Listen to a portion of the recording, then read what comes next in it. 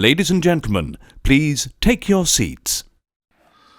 You know, in so many different ways, music is just everything. And, you know, if you're within the sound of my voice, that must mean you are in the seats with Once More.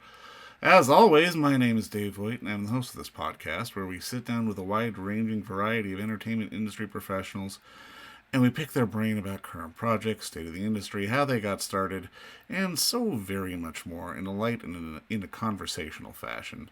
And you know, if you like how we do things around here, I'm going to go out on a limb and assume that you do, because quite frankly, you're listening. Please subscribe. Hit that subscribe button. Give us the old 5-star rating, the like, the thumbs up on your podcast provider of choice. We're available pretty much everywhere, places like Apple, Amazon, Spotify, Google. And plus, we archive every single one of our episodes over at our In the Seats YouTube channel. So if you can give us a like and subscribe there as well, I would absolutely appreciate it. Also, don't hesitate to check us out on the social media. We're on the Facebook, we're on the Twitter, we're on the Instagram, we're on the TikTok, and we're on the Letterboxd with all sorts of fun updates. And finally, and I do dare say most importantly, please pay us a visit over at In the Seats, intheseats.ca, for all the latest and greatest from the world of film, television, basically the moving image at large. Because if we love to watch it and write about it and talk about it, guess what? We love it even more when you come by and read about it and listen about it. So please do us a kindness and pay us a visit. On this episode, boy oh boy, we are diving into one of our favorite TV shows of recent memory. It is streaming right now on Apple TV Plus, seasons 1 and 2. It is, it's Slow Horses. It is a darkly funny espionage drama that follows a team of British intelligence agents who serve in the dumping ground department of MI5 due to some career-ending mistakes. It's you know, where you send people who, you know, want to quit, or you want them to quit. Led by their brilliant but just hard to deal with leader, the notorious Jackson Lamb, played brilliantly by Gary Oldman. They navigate through the espionage world, through the smoke and mirrors, to do what they do best and defend England from a myriad of sinister forces. It is such a good show. Again, I cannot stress how much I love this show. If you don't already have Apple TV Plus, sign up for it right now, because it is just a fantastic piece of work. But we had the unique pleasure of sitting down with some of the composers of the show, specifically for season 2. But I know they've been working on past seasons and are going to be working on future seasons. But we talked with composer Daniel Pemberton and the team of Toydrum to talk about crafting the unique sound for this fantastic show, and just sort of how that all evolved and how it's going to evolve in the future. But like I said, if you have not already signed up for Apple TV Plus, do it now. Right now. Just wait. I'll wait for you. Okay, you done? All right. Watch Slow Horses. It is a fantastic, truly entertaining show. But first, enjoy our talk with composers Daniel Pemberton and Toydrum, who did the music for this fantastic show, because quite frankly, it's a good conversation. I think you'll like it. All right. Well, first off, guys, I mean, just obviously, thank you so much for the time today. I really appreciate this. Oh, no Hi. problem. No problems. Hi, Dave. How are you? Good. No, I mean, congrats on your work on the show, man. I absolutely love it. I guess, I mean, walk me through the process of kind of being involved in a show like this. Do you guys get brought on early on, or do we get brought on kind of after the fact? Well, I kind of got, I got brought on a series 1. I think they'd already shot quite a lot, and at the moment this is like a crazy machine because there's like new series coming all the time. So we've generally been involved with once they've shot a lot of stuff, but we're thinking about it beforehand. So because one of the things about this show is really about how we create a sound for the show that feels like it could only be Slow Horses. Hopefully when you hear the soundtrack, it sounds like Slow Horses. It doesn't sound like anything else. So a lot of time, like we're working on season 3 at the moment, and right now we're not writing to picture. James and Pablo are hard at work, coming up with crazy sounds. I'm thinking about trying to come up with some crazy sounds. Waiting for you to come down and finish your Yeah. They're carrying the weight at the moment. That's all right. Oh yeah, I mean Dan, well, it first came, yeah, I guess Dan approached us after he had been approached and asked if we wanted to do collaboration, which we were always a big fan, and we'd known you for years, but we'd never worked together. So yeah, but that came way early. They were still just filming, and then and then went from there. I guess getting ideas down, and yeah. I mean, that makes for an interesting sort of dichotomy, though, because on one end, obviously, music is storytelling in and of its own way. But, obviously, when you get to write for picture, you get that added advantage. But you guys are kind of working half-half. Does that change the process at all? Or does it really sort of not matter at this stage? Well, I think one of the first things we did with this show was try and like create the sort of musical landscape of what the score should be. And so, I want to do something that was sort of reflected. There's sort of two worlds. You got like the slow horses world, and you got the park, which is the kind of MI5 kind of place, very slick. So I wanted the park to feel slick and electronic and kind of more what you'd expect from a sort of spy series, whereas the slow horses, which is really the key of the show, had to feel really wonky, falling apart, like not quite together. And actually making that kind of sound world is weirdly very complicated to make stuff sound like it's not 100% there. So a lot of time was spent trying to find the sounds, create the instruments through sort of like research and development, where we just mess around with noises until we get things that I felt were like could really work dramatically. So we're kind of building our own sort of wonky orchestra. And then once we've got that, that's when we can start writing. Yeah. No, I mean, I love that you just bring up the wonky sounds, because I mean, I think that's part of what makes the score feel so organic and so fitting for the environment. And I mean, I'm curious, when you're trying to compose or like create new sounds is probably the right word. Like, can you use existing instruments, or do you have to sort of improvise and just try to find sounds from wherever you can? Well, it's all a bit of both. Like, there's a lot of stuff we did in the first season where we started creating sounds using like old tapes, very cheap microphones.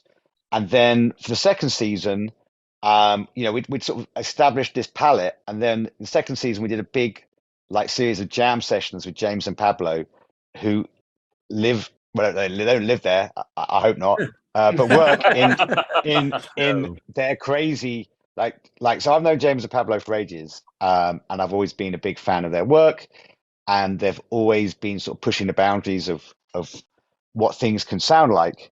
And part of that is because they work in such a crazy fashion that is not the slick park style fashion. It's a bit more slow horses, and they get it done, but not the route you'd expect. And so they've got like an amazing array of crazy devices and instruments. So for this season, we just went down there and just jammed a ton of stuff out. And that was our starting point for season 2, which I'm sure they could tell you all about. Please, yeah. Yeah, well, yeah, I mean, we have a lot of, like we talked about, we have a lot of broken, we have a lot of not broken stuff and a lot of broken stuff, but it seemed like this was the Slough House, the perfect place to start with that. But yeah, I think we set some rules with Dan, and it was talking about not using traditional stuff. We weren't going to use strings and, big drums and stuff like that. That it was trying to create new sounds out of, whatever, banging metal or whatever it was. It was just trying to create instruments and sounds that could fit in that world. And yeah, I mean, we have like a keytar-y Bowie thing that was like, when Dan came down, he gravitated right towards it. So that became the Russian theme, was this thing for season 2, was that. Love it. We have a lot of synths, but we actually, again, it was one of those things where it was trying to use everything from organic sources and manipulate organic things, whether it's we have a live room in there with some really out of tune pianos and drums and stuff. So I think it was just doing all kinds of stuff. We had the bass. We have a bass with a gizmotron. That was another one you got onto, Dan. Oh yeah. With the yeah, it's like It's a weird thing. It's like a lot of work goes into making it sound like there's not a lot of Yeah. work. Especially Yeah, that thing is if mental. you push this They have there you little go, the wheels spinning that wheels spin. that goes on the So bed. it sounds like a bow, but it's like a plastic spinning wheel bowing the string. So we got that going. Yeah, it was kind of like, it's nice to have. I mean, we've been a fan of Dan's as well for a while. So it's nice to have him come down and have a fresh view on our place, because we've been here for so long. You sometimes forget where shit is, and Dan was like, all right, that's fucking cool, that, you know. And it was a nice sort of fresh energy for us doing that. And yeah, I think we got some really good stuff out of it. I mean, in our room as well, like there's a lot of possibilities in this building, so you also have to come in and have a good thing Well, of when being you're able to here, restrict the ideas yeah. as well, you know. Yeah, you So- can go too far, but it was nice having a fresh perspective, because I think when you've been somewhere for so long, you just forget what you have around you sometimes, you know, even though For it's right. sure, for sure. Now, I mean, what is it about the scoring space that allows for collaborations like you guys have done? Because I mean, again, if you try to like create that slow horse sound maybe on a stage and like for a live audience, it's not necessarily going to work or go over as well as it does when you put it to something like picture. Yeah, I think the thing is, when you're trying to like create, like if you're trying to create new musical languages, it's always going to be hard because there's not, you know, you're not relying on the established tropes, and so it means it's a lot more work to just to start off with. It's a very hard starting place, but I think both of us, between us, we've always tried to do that in our work and not gone for the conventional. But that is a lot, you know, there's lots of easy ways to score things, and we always choose the difficult route. Yeah. But hopefully the difficult off. route pays off, because it makes the show, as soon as you hear the sound of this show, it feels like this show. It doesn't feel like another show. And what's interesting is if you put music on this series now that doesn't feel like it's part of the universe we've created, it really feels wrong, which is a great testament to the sort of sounds we've been doing and the approach we've taken, I think, because, you know, it's got to feel unique to sort of, you know, the slow horses and Jackson Lamb and all the characters in it. No, I mean, I love that you call this the difficult route for scoring, because I mean, almost in this day and age, people would assume that the John Williams route of going into a room with 70 musicians is the difficult route. What is it about the space of scoring that allows for the creativity that you guys are obviously putting on display with the work here in the show? Well, Well, I'd say that okay. yeah. I mean, the thing is, the John Williams route is equally difficult. There's everything has its own difficulty. I think the difficulty, you know, whereas the John Williams route, the difficulty is in writing complex melodic harmony pieces, whereas our stuff melodically is not that complex. But the complexity is we're building something from the ground up. There is no big orchestra who have, like, you know, 30 years of experience playing things and making them sound wonderful. We are the orchestra, and we have to, it's almost like learning an instrument for the first time. You have to find out what you can do with it. And it's a different sort of challenge. Like, you can write orchestral music and it's amazing the immediacy with the results you get. But the difficulty you've got is there's a billion people who've done that before. And, you know, you're in a sandpit where great work has arisen. Whereas in this sandpit that we're working in, no one's made a score like this before. Yeah, and it was also, I mean, you know, from the start, we were, you know, Dan, when you were talking about it, you're like, we're gonna build everything from the ground up. We're not gonna use Spitfire, and, you know, we're not using stuff that's already in the box that's already been built for us. It was all like, let's go down, let's record a bunch of stuff, make instruments, experiment, and then that's where it came from. And it's trying to put that together to make it actually make sense, I guess, is where the difficulty comes as well. So, well, I mean, the music in this show is just so unique, and I mean, really, to put a bow on this, and this is for all of you. Like, can you guys think back to the younger days, or I mean, hell, even not that long ago? Like, was there a piece of music that you guys heard that had the light bulb go off and made you want to be involved in working in this space? Yeah, I mean, mine is, well, there's a bunch of things for me. I mean, I went to the planetarium when I was like 7 or 8, and I heard like I went to a laser show and heard basically synthesizer music like Jean-Michel Jarre and Vangelis for the first time. And that was like a huge, huge light bulb moment. But weirdly, a different moment was seeing Pablo over there, DJ at the Blue Note.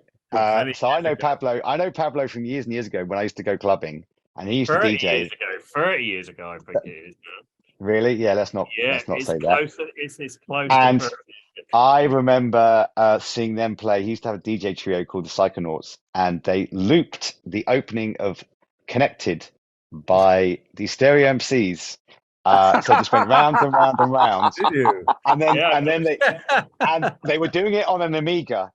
And I remember, and I was in this like dark, amazing nightclub, and just this you wait for the beat to drop. They're dropping these other things in, and it was just like an amazing, sort of musical experience of just someone approaching something differently through DJing. Whereas DJing previously was just like his two records will sort of fade them into each other, or maybe do some scratching. They were bringing a whole different approach to it. So 30 years later, we end up working together.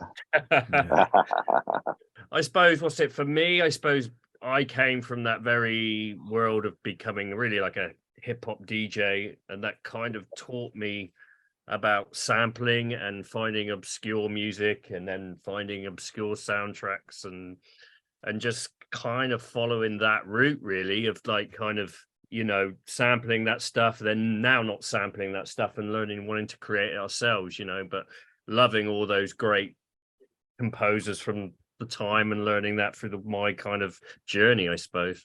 Yeah, I don't know. With me, I think funny enough, go back to John Williams. I think me going see Superman, the first Superman when I was like 4 years old.